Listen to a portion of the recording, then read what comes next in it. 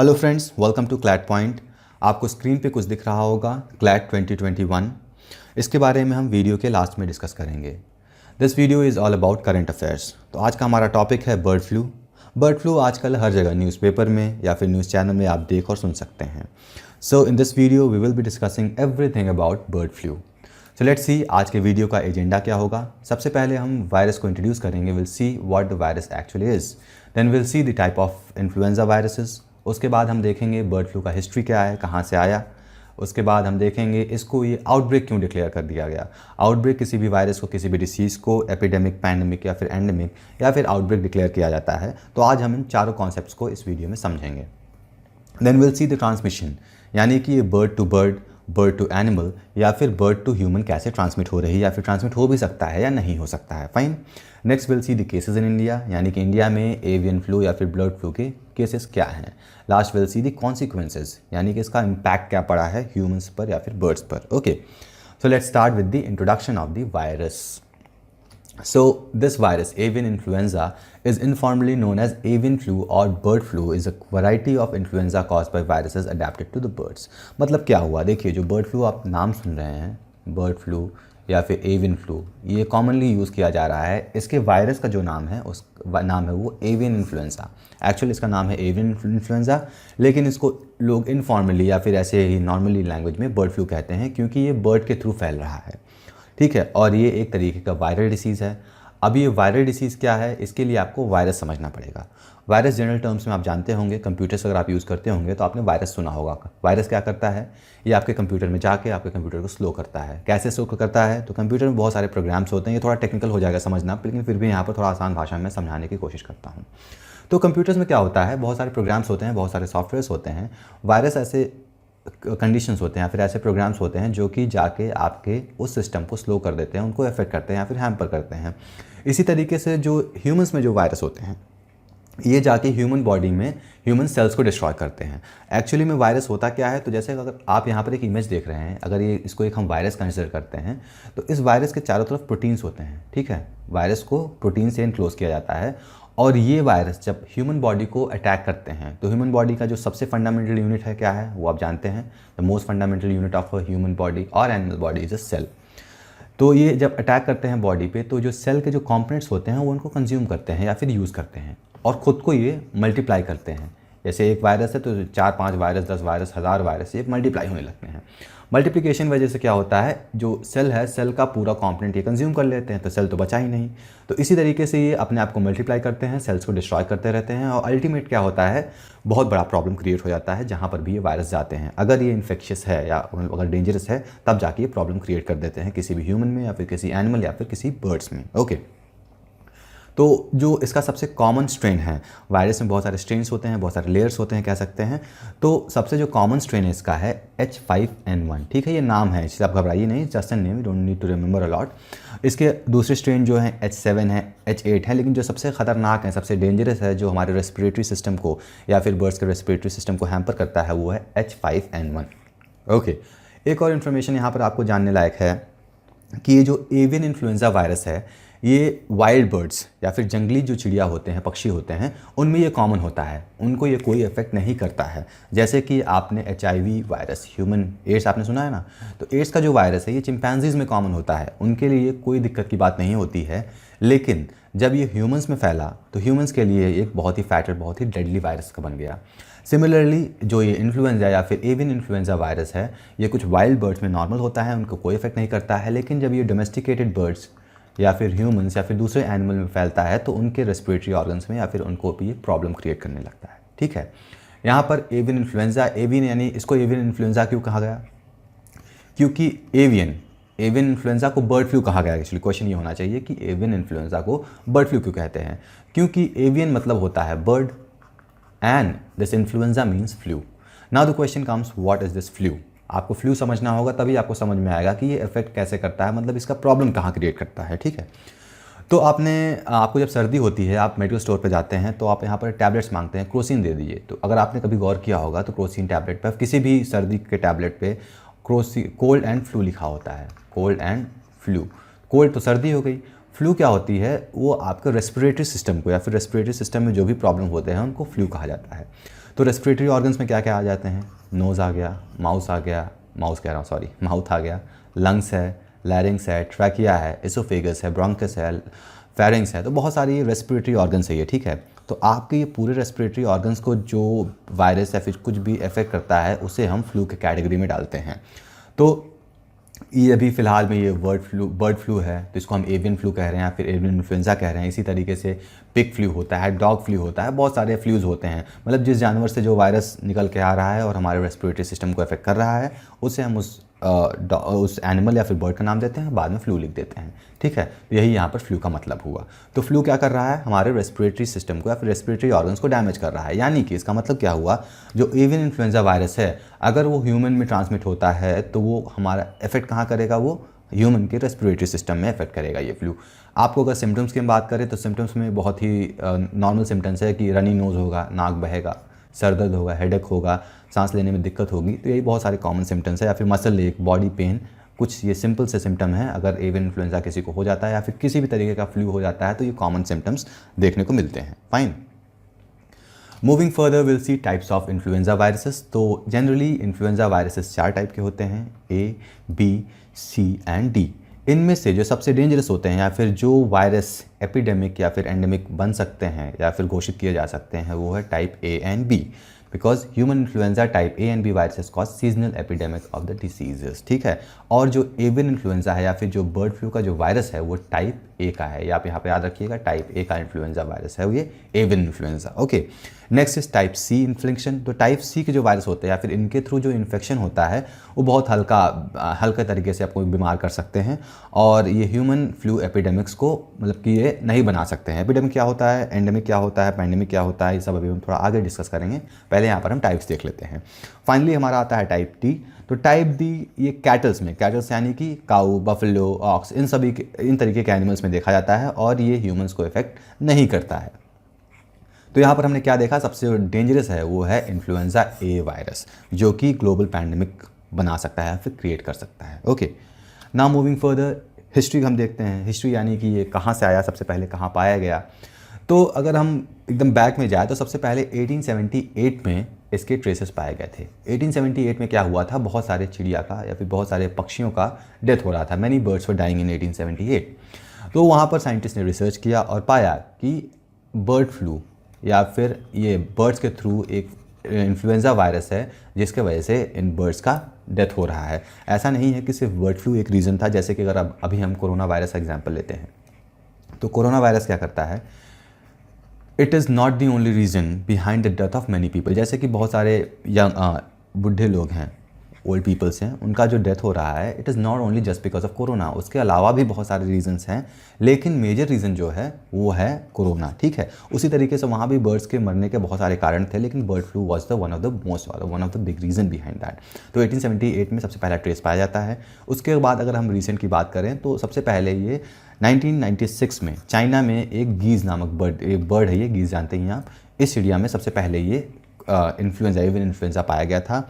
वहीं अगर हम इंडिया की बात करें तो इंडिया में नंदरबार महाराष्ट्र में 2006 में पाया गया था। और उसके बाद जब ये मिला था 2006 में तो बहुत ज़्यादा पोल्ट्री बर्ड्स को ये इफेक्ट किया था, लार्ज स्केल। मतलब ऐसा नहीं है कि एक दो बर्ड्स में पाया गया, बहुत सारे पोल्ट्री बर्ड्स में पाया गया था, उनको इन्फेक्ट किया था, ठीक है। ये तो रही बर्ड्स में पाने की बात, मतलब ये जो वायरस था बर्ड्स में सबसे पहले कहाँ पाया गया था।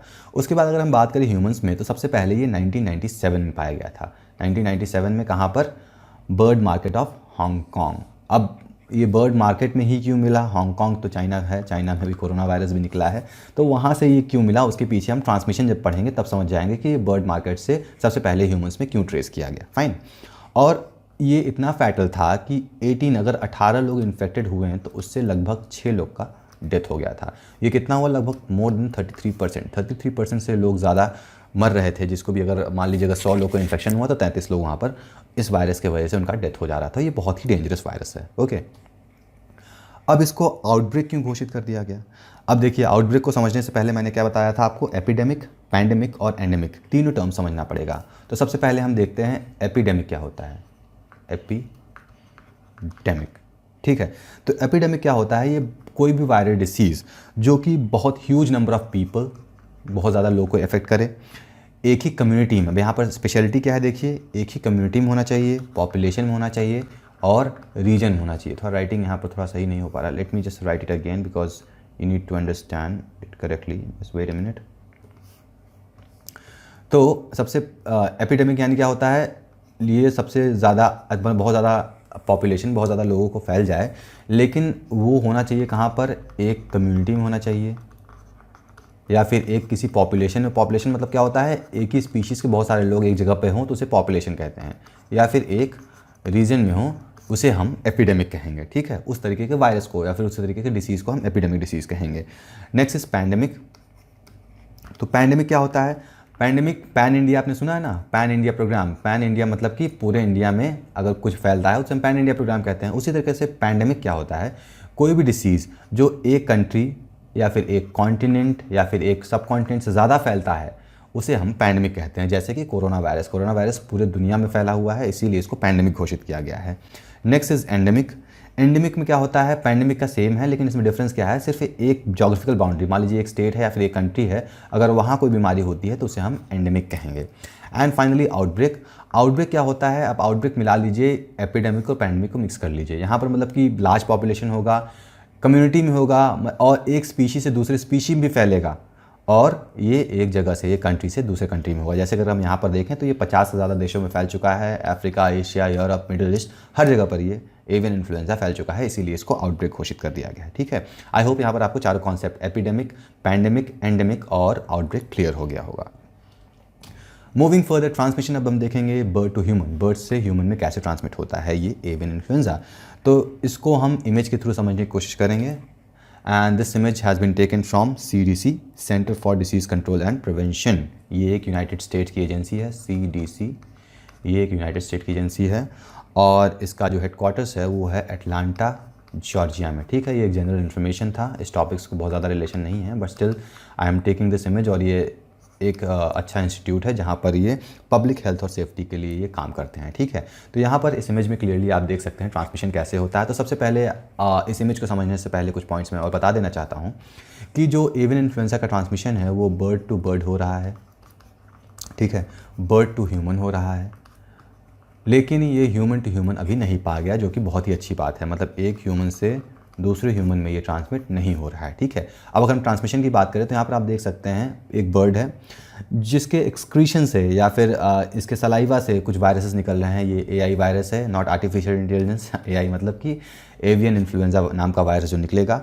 तो ह्यूमंस अगर साफ़ सफाई कर रहे हैं, पोल्ट्री में काम कर रहे हैं और उसी हाथ से बिना धोए अगर अपने आईज़, नोज़ या फिर माउथ को टच कर रहे हैं तो इनको ये वायरस अफेक्ट कर दे रहा है। अभी कोरोना वायरस पे भी यही है, वो जनरली ह्यूमंस में कैसे पहुंच रहा है, ऑल्दो ये एनवायरनमेंट में प्रेजेंट रहता है या फिर दूसरे ह्यूमंस को रहता है, अगर वो स्नीज़ करते हैं और उनका जो वायरस होता है आप ब्रीदिंग के थ्रू अंदर ले लेते हैं, तब भी आपको ये वायरस फैल सकता है। यहाँ पर आप इमेज में बहुत ही क्लियरली समझ में आ रहा है कैसे एवियन इन्फ्लुएंजा वायरस ह्यूमंस तक पहुँच रहा है।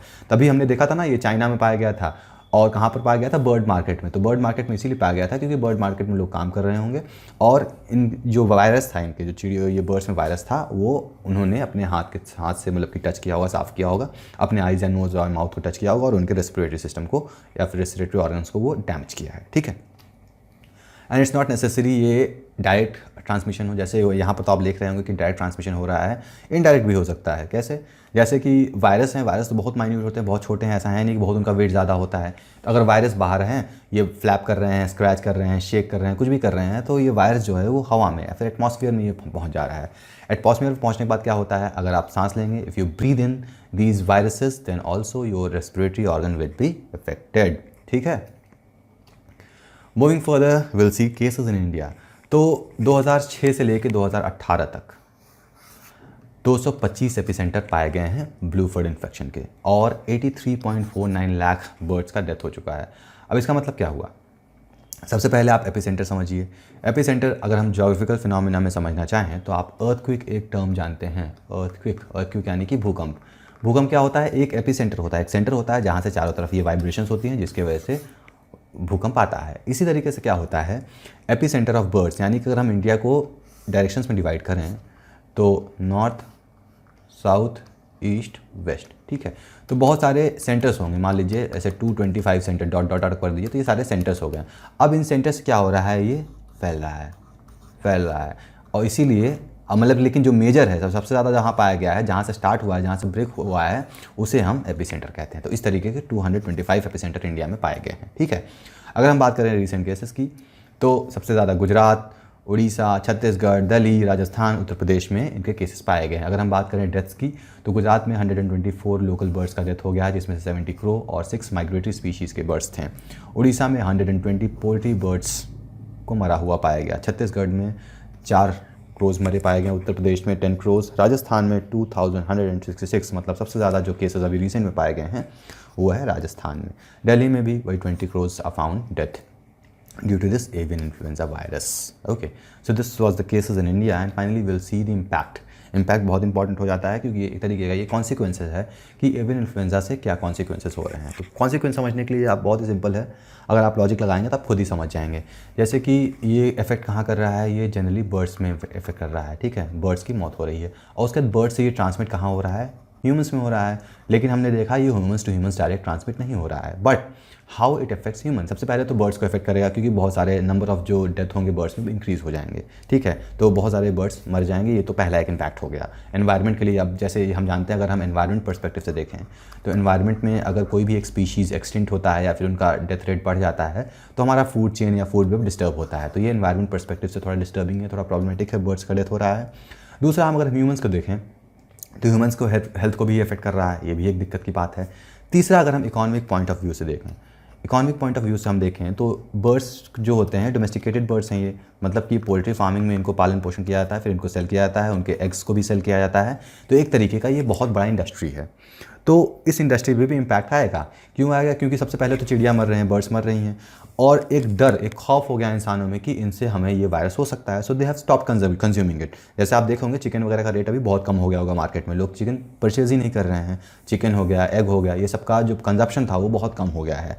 अब कंजप्शन कम हो गया तो जो मार्केट है, जो बेस है, पोल्ट्री मार्केट है कह सकते हैं, तो वो बहुत इम्पैक्ट कर रहा है। इवन इंटरनेशनल ट्रेड पर भी इम्पैक्ट करेगा। इंटरनेशनली भी ट्रेड होता है ना, जैसे कि पोल्ट्री हो गया, एग्स हो गया, एक कंट्री से दूसरे कंट्री भेजे जाते होंगे, तो इंटरनेशनल ट्रेड में भी बहुत ज़्यादा दिक्कत क्रिएट करता है। ठीक है, तो ये हो गए हमारे कॉन्सिक्वेंसेस।